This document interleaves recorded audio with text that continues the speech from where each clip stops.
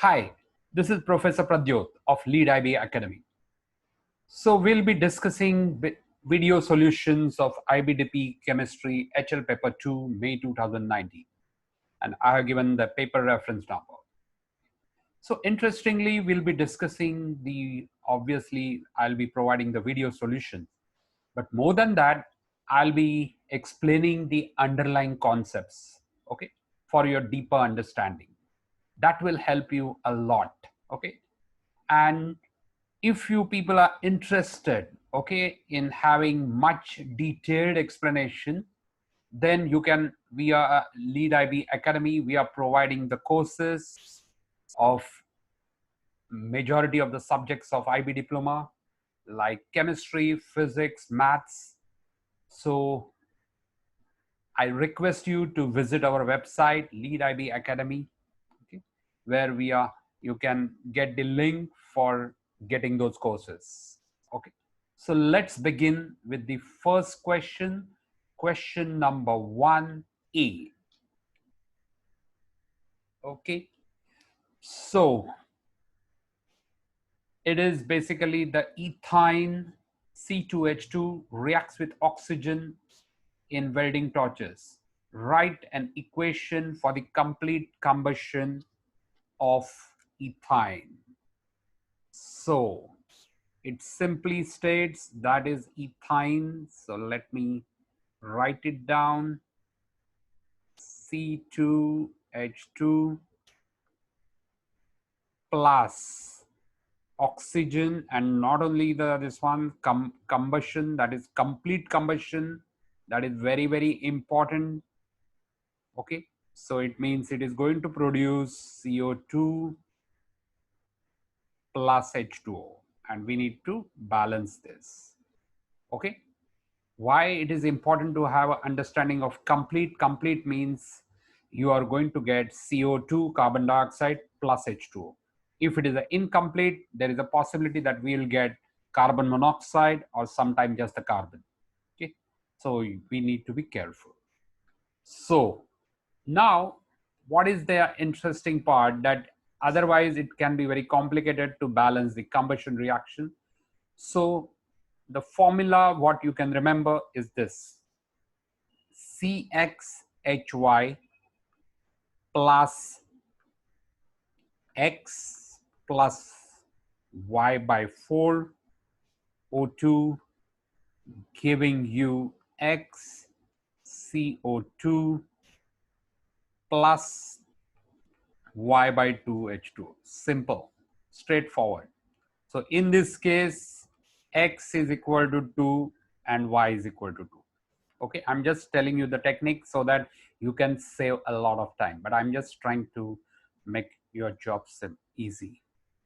Okay, so in this case, C2H2, I'll write as it is. X is 2, Y is 2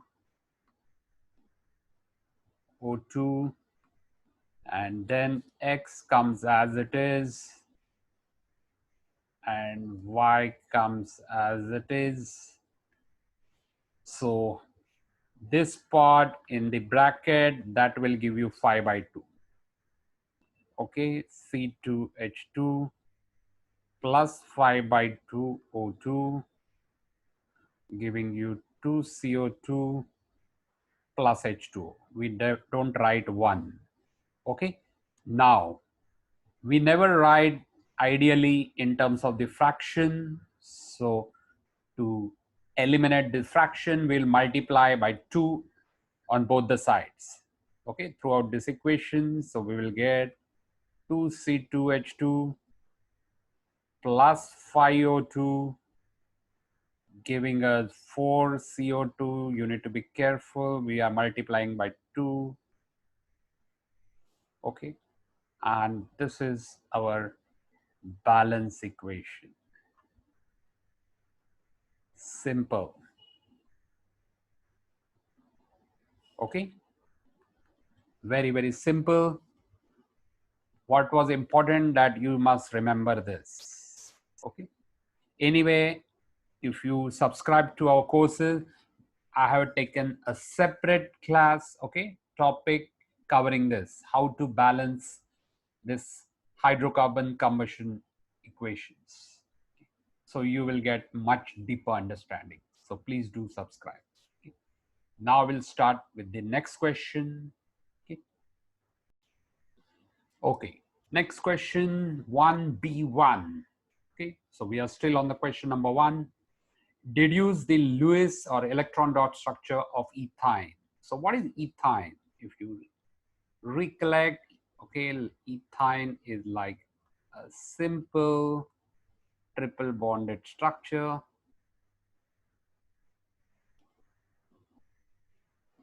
Okay, so this is how the structure looks like. Now let's try to draw the structure of ethyne.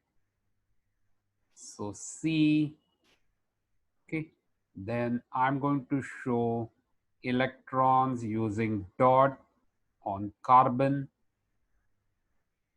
Okay, let me show with different color.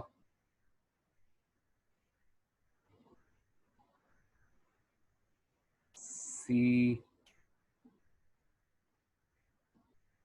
carbon, carbon, and this carbon.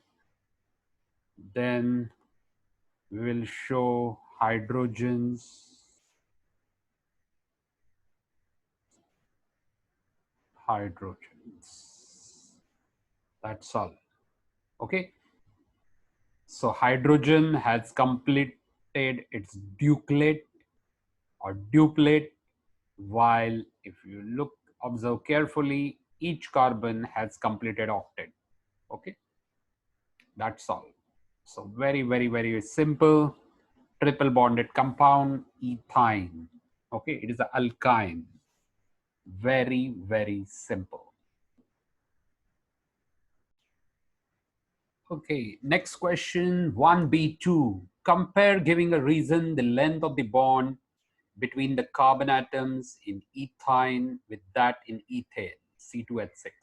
Okay, so let's quickly recap. Okay, what was the bond? Okay, I'm just showing now quickly. Okay, the focus would be only on these carbons. Okay.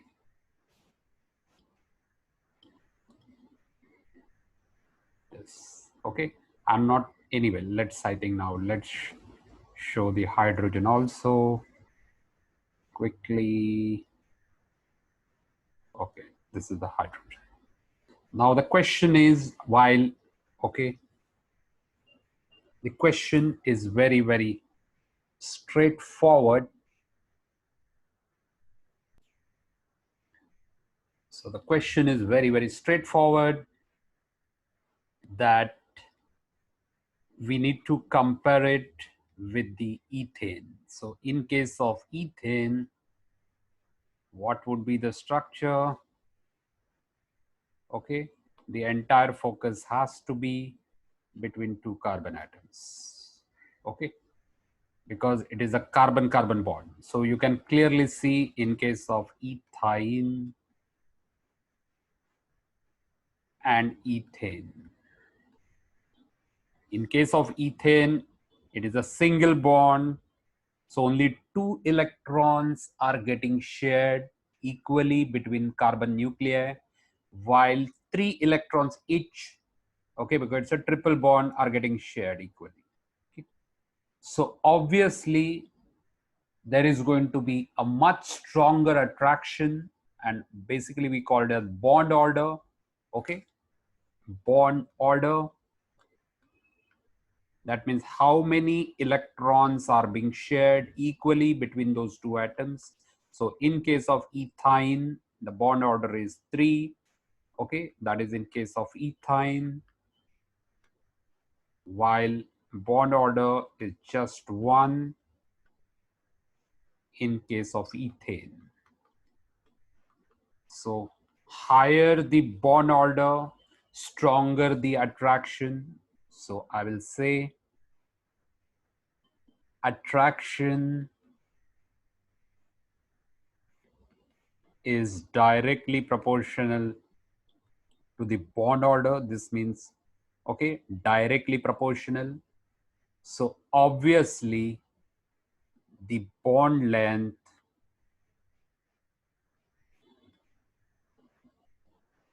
would be inversely proportional to the bond order.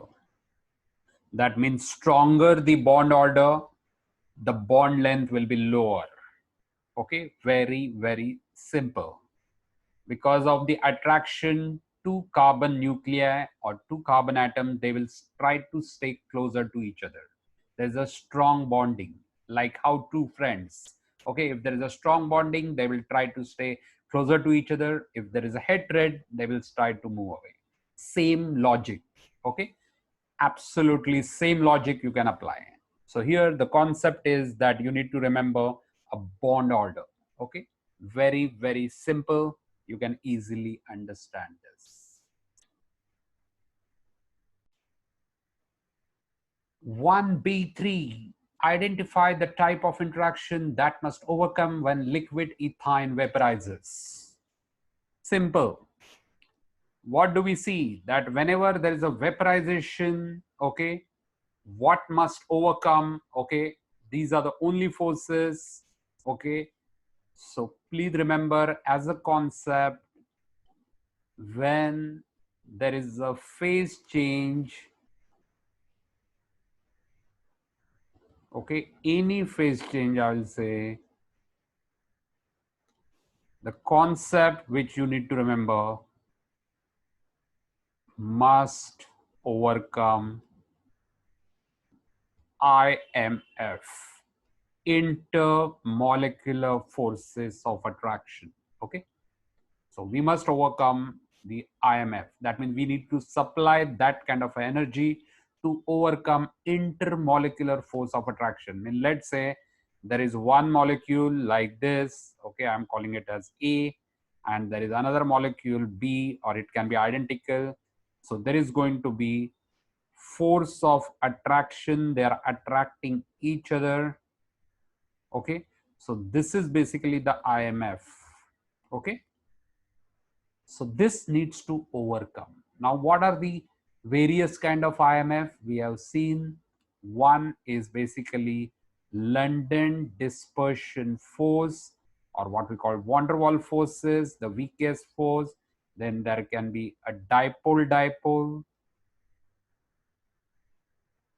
or there can be hydrogen bond, H bond.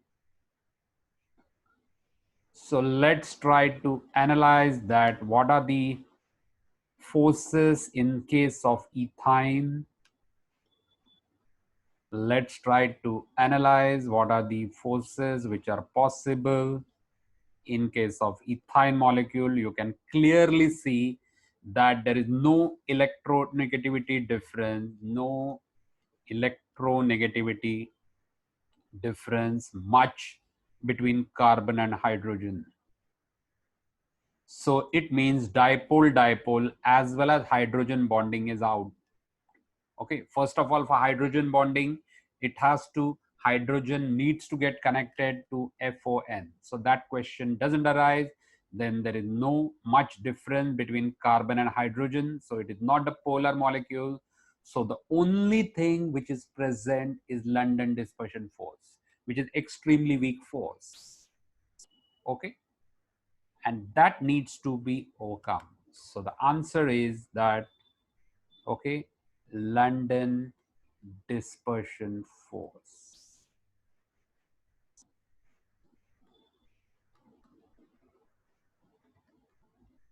That's all. Okay, which are extremely weak. This is one of the weakest IMF, intermolecular force. So what concept you need to get ingrained, that during the phase change, we need to supply that energy to overcome intermolecular force, not intramolecular, not within the molecule, okay, but between two or three different molecules. Okay, So that needs to overcome. Hope this is quite clear. Okay, 1C, ethyne reacts with steam, C2H2, okay, plus H2O, giving us C2H4O, okay. Two possible products they have given us, and they are asking us to find out the product name as per IUPAC for B, okay. So let's understand, okay. So let me write it down in a little bit easier manner, okay. The same product, so that you will get the clear cut idea, okay. And let me show it, that which group is this, which functional group. This is nothing but aldehyde group, okay. C double bond OH, and on the other side there will be R, okay. This is the alkyl group. Simple, okay. So then the naming becomes, ending has to be with Al, so that we know. And then we have to figure it out what alkane it would have been, 1 and 2. So that is ethane. So we remove E, ending with E, okay. And we just mention ethanol. Straightforward, okay. Why it is so? Because it is aldehyde, so ending with Al, and there are two carbons, 1 and 2, okay. So it becomes simple to identify. The alkane would have been ethane. We remove the E, okay, at the end, and then we substitute with Al, okay. We have already seen this IUPAC nomenclature in our courses, so please do subscribe to our courses, okay, which we are putting it on our website, leadibacademy.com. Okay. These nomenclature has been explained for each and every functional group like aldehyde, ketone, carboxylic acid, amines, etc. So please, you will find it very easy. Okay, continuing with the same question, 1C2, determine the enthalpy change for the reaction in kilojoules to produce A using section 11 of the data booklet. Okay, so first of all, let me write it down so for your easy understanding of this product A. Okay, so let me write it down here. C H double bond C O H and H. Okay, so this is the product A, and let's try to write down basically the reactants. So first, this is the product. So first try to identify the number of bond, because what concept we are going to use, we are finding out the enthalpy for the reaction. So basically we are going to find out this, okay.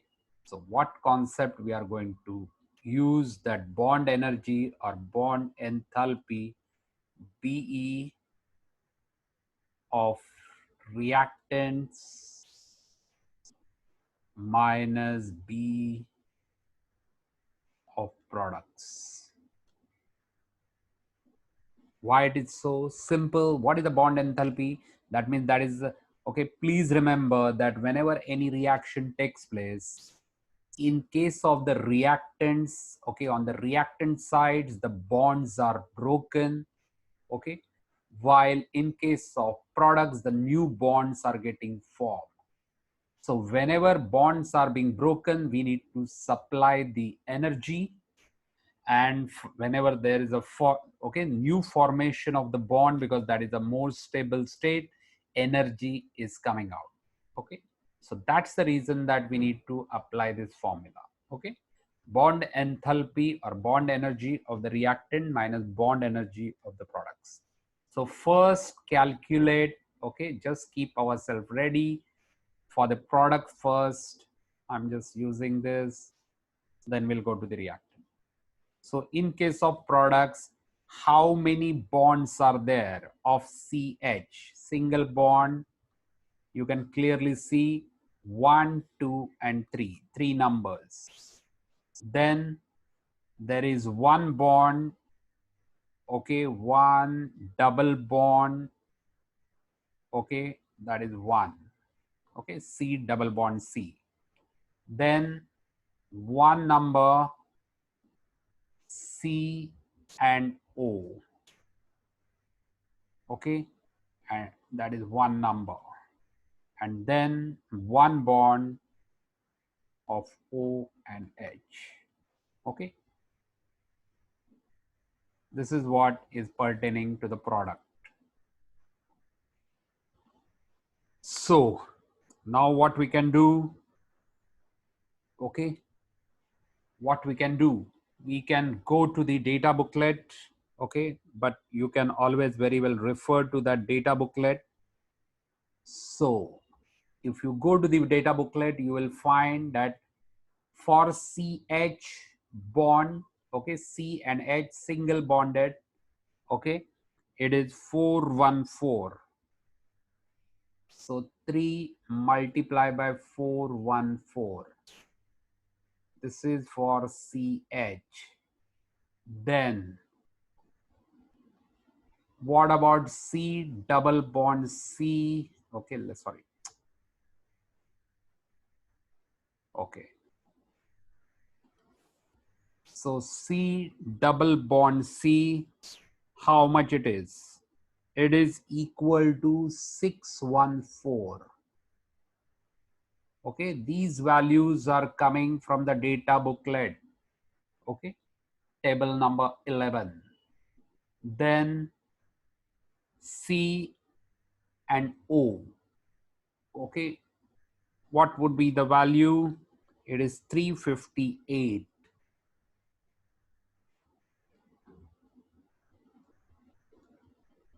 Okay, this is C and O. And then last one, that is for OH. Okay, that is 463.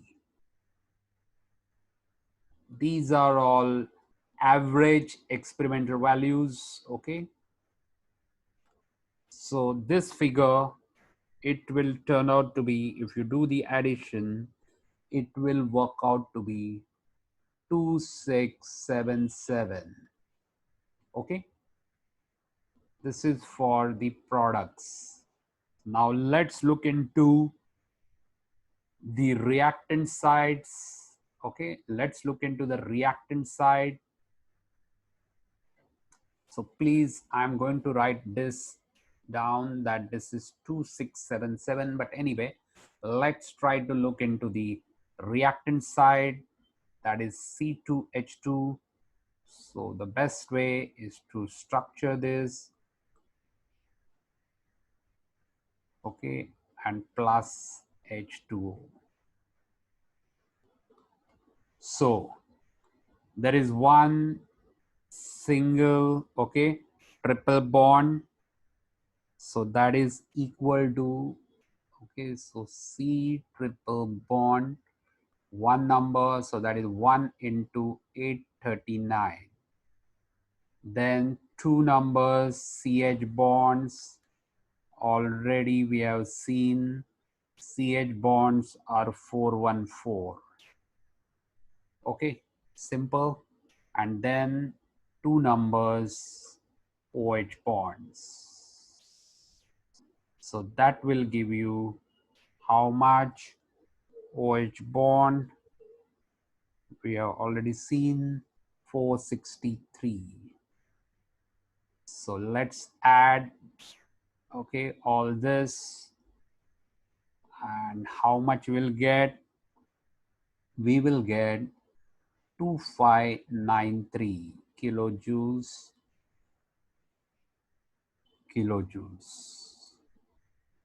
Okay, and then apply this.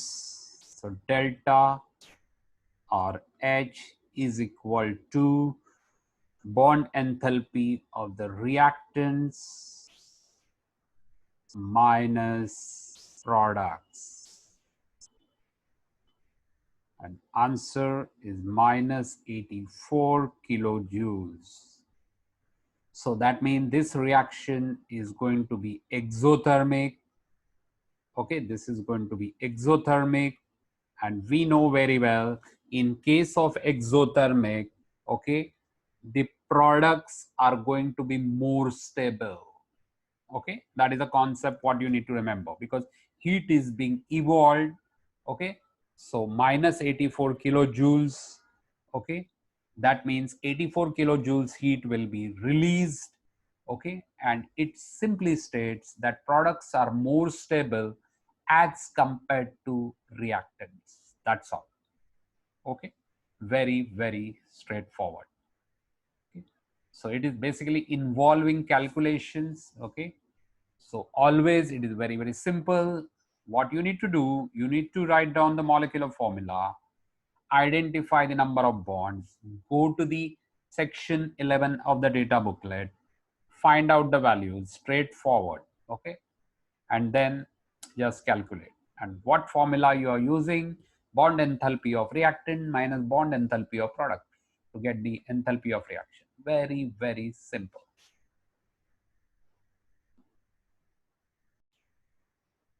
Let's continue with the next question pertaining to the same sub question. Okay, 1C3. Enthalpy change for the reaction to produce B is minus 213 kilojoules. Predict, giving a reason which product is the most stable. So let's write it down once again. Okay. Okay, these are the reactants. I'm not going to write it. Okay. Reactants.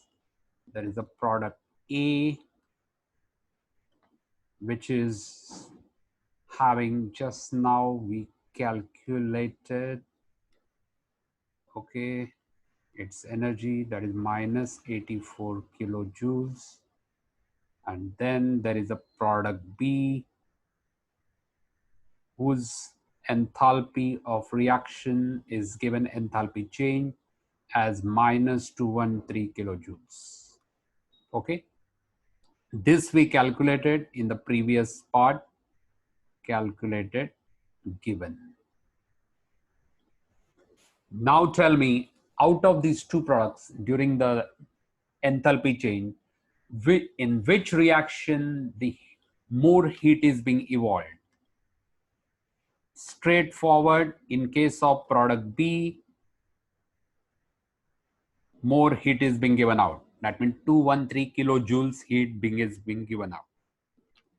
That means it is more exothermic, and that means the product B is going to be more stable. Simple. Product B is more stable as its delta RH or enthalpy change during reaction, okay, is more. More means it is more negative. Okay, simple. Because more energy is being given out, that means it is going to the lower energy state as compared to reactants, and so it is straightforward, that is going to be more stable. Straightforward. Okay, it's quite simple concept. So the answer is product B as compared to product A. Straightforward. Okay, let's see 1C4. You can clearly see that this is from measurement and data processing. Okay, so let's use all our concepts. So they have shown IR spectrum as well as HNMR spectrum. And now we need to identify. Okay, so deduce whether the product is A or B using evidence of this, okay, spectra together with the section 26 and 27 of the data booklet. Okay, so let's try to analyze first the IR spectrum. So what IR spectrum is indicating? Okay, so you people are smart enough and you can clearly understand, okay, that there is a strong intensity band present between around 1700 to 1750. Okay, this is around, okay, the wave number for this is around 1700 to 1750. So what does it indicates? Okay, so it, okay, from the data booklet, okay, section 26, you can clearly see this represents basically the carbonyl group. What is carbonyl group? Like this. Okay, so one thing is very, very clear, very much evident because of this IR spectrum. Okay, so C double bond O, that means we are talking about this part. So this is one part. Now let's see whether we are getting, because then, so in the product B, there is a C double bond O because this is the aldehyde. Okay, we have already seen that it's a ethanol. Now let's see, in case of A, the functional group is OH. So let's try to investigate. Okay, so let's try to investigate. So in this case, we have to check whether between 3200 to 3600 is there any band. Okay, 3200 to this, that means this zone, there is nothing. Okay, there is no OH bond. So this shows absence of OH. What we are trying to do, that we are trying to identify whether any presence of OH bond. Okay, that because this is basically OH, that is the alcohol. Okay, so there is no presence of alcohol group OH, so that eliminates. What about the double bond? Okay, so double bond must appear between 1600 to 1680. Okay, again I'm picking up these numbers from this. So again there is the absence of this. Okay, there is nothing between this, around this zone, there is no strong band. So again it indicates that this, okay, this compound, so it clearly means that the product is B. Okay, so we got this evidence from, okay, so one piece of evidence. So I will say only for one strong band, okay, between 1700 to 1750 reciprocal of centimeter. Okay, and that confirms the carbonyl group. Okay, now let's come to HNMR. Okay, so let me remove this. Okay, let me remove this stuff. Okay, and let me write it. So this is product B as per this. Now let's look into the HNMR. So what do we see?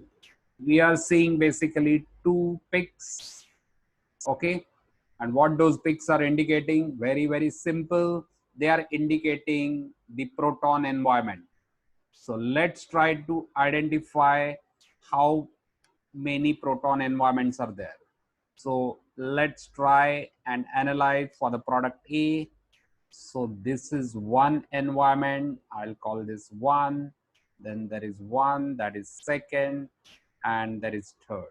So what do we expect? That we should get 3 peaks. Okay, but actually there is only 2 peaks. So let's see how many proton environments are there. So there is one, these are one, and this is second. So it means that it is matching with this. Okay. So again, two peaks are indicating that it is a product B. Okay. So very, very simple. So I'll say here 1700 to 1760 centimeters strong. Okay. I'm just writing short. Okay. That's the logic. Okay. Very, very simple logic. So both IR spectrum as well as HNMR are confirming the presence of product B. Okay. Hope it is very, very clear to you. Okay, so the question number 1C5. Did you use the splitting pattern you would expect for the signals in a high resolution HNMR? Okay, so first of all, we have seen that there are two kinds of protons. Okay, this is one and this is second. Okay, so we can call them as one and this is two. Okay, now understand that what is happening. So you can clearly see this is pertaining to H1, that means the orange colored, and these are pertaining to H2. Okay, so now understand that what is mean by a splitting pattern. Splitting pattern means multiplicity. Multiplicity. So in short, what we need to identify that how many hydrogens, okay, or protons are sitting on that adjacent one. Okay, that is the logic. How many types of hydrogens are sitting on the adjacent carbon? Okay, and the answer is that in case of this hydrogen for H2, on the adjacent carbon there are basically 3 hydrogens, but they are all identical. Okay, they are all identical. So what we'll get, basically we'll get a duplet. And similarly for this H1, there is only one hydrogen which is sitting on the adjacent carbon. So again, so basically we are using this n+1 rule. Okay, and so the answer is for both, it would be duplet. Okay, very, very simple one.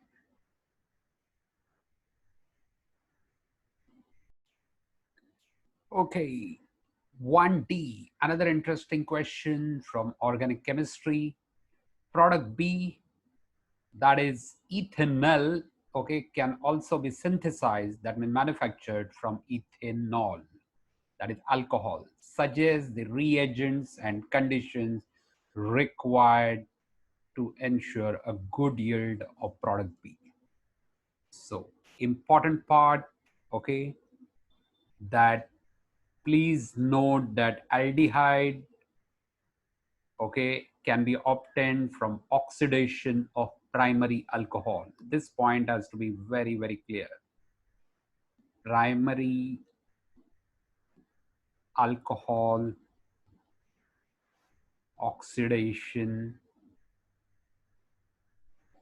okay, will result into aldehyde. Okay, so the important part is the primary. So in this case, obviously we have to take 1 and 2. That means we have to take basically ethanol. Okay, so ethanol, that is CH3 CH2OH. Okay, this is ethanol and it has to be oxidized. I'm just showing nascent oxygen. Okay, now let me write the conditions.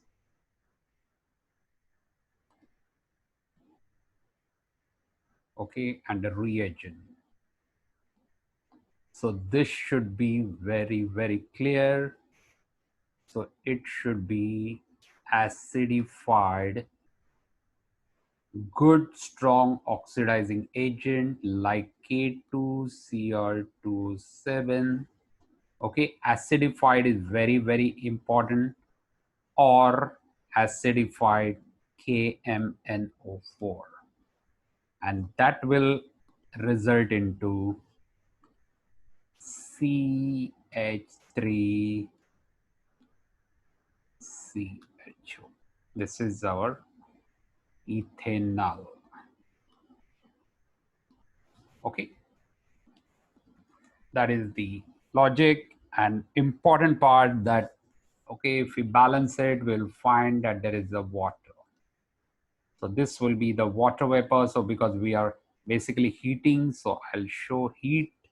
Okay, this is the heat. So there is the water vapors which will keep on coming. So we need to boil off. Okay, that's very important. Okay, so water vapors need to be removed. So we'll keep on getting a good yield. Okay, very, very simple. So the conditions, reagent is, so I'll say reagent acidified K2Cr27 or KMNO4. Okay, and condition heating. Okay, so it's quite simple, straightforward. Okay, so let's see 1D2. Deduce the average oxidation state of carbon in product B. Okay, so just to remind ourselves, our product B is nothing but ethanol. Okay, and they're asking us to find out the oxidation state of carbon. So let's assume, so we can write this as C2H4O.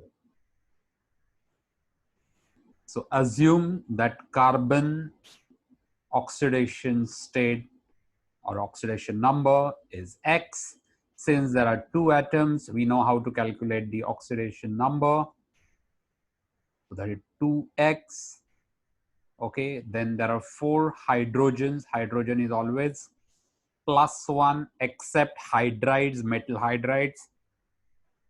And oxygen, majority of the time, it is -2.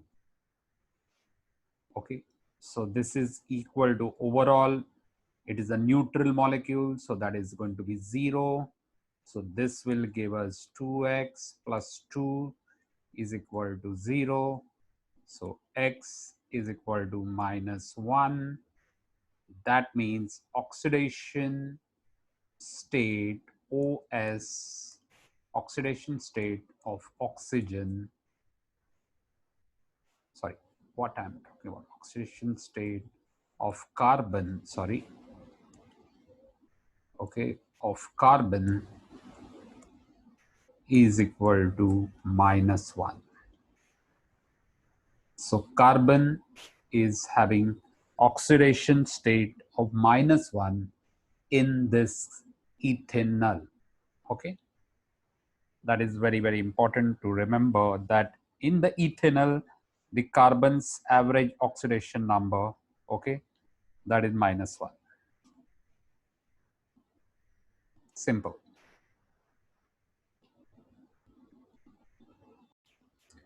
Let's look into the next question, that is 1D3. Explain why product B is water soluble. Okay, let's see how we can deal with this. CH3. C double bond O H. Okay, now we know that this oxygen, okay, through this double bond, we are talking about this carbonyl, okay, carbonyl compound. This is a carbonyl compound, and this is a carbonyl bond, C double bond O. Oxygen through this double bond, it is basically more electronegative as compared to carbon.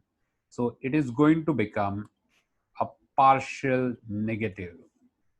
Okay, so it will have a delta minus, and this carbon will have a delta plus. Okay, now what can happen? Okay, so we have understood that there is a, so let me write it down, due to high delta En electronegativity between C and O, okay, in carbonyl bond,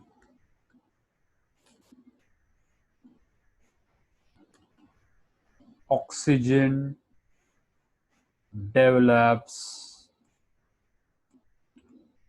partial negative charge.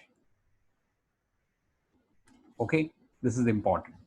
Now let's see why it is a water soluble. So let me first remove this and then let me show you. Okay, so let's redraw this. CH3 COH.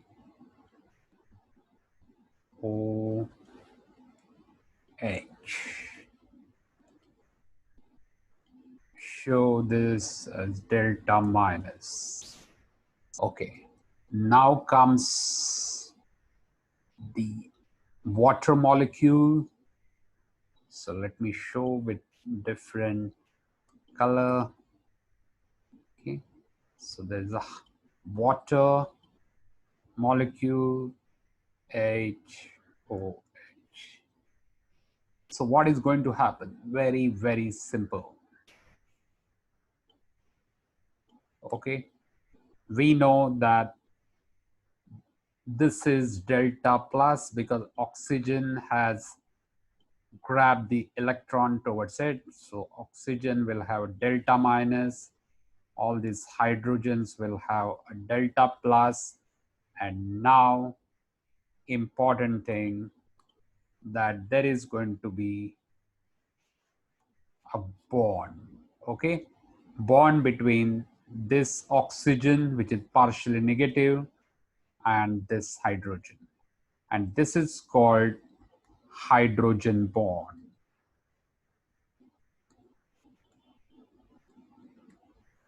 Okay, and you can think like this from all sides. Okay, water molecule can surround, okay, this ethanol. Okay, and that is how basically this ethanol will become soluble, because solubility means, okay, it is like a solvation process surrounding this molecule, and okay, and we can think like this, that this is delta plus, so even water molecule can surround like this, okay, from this.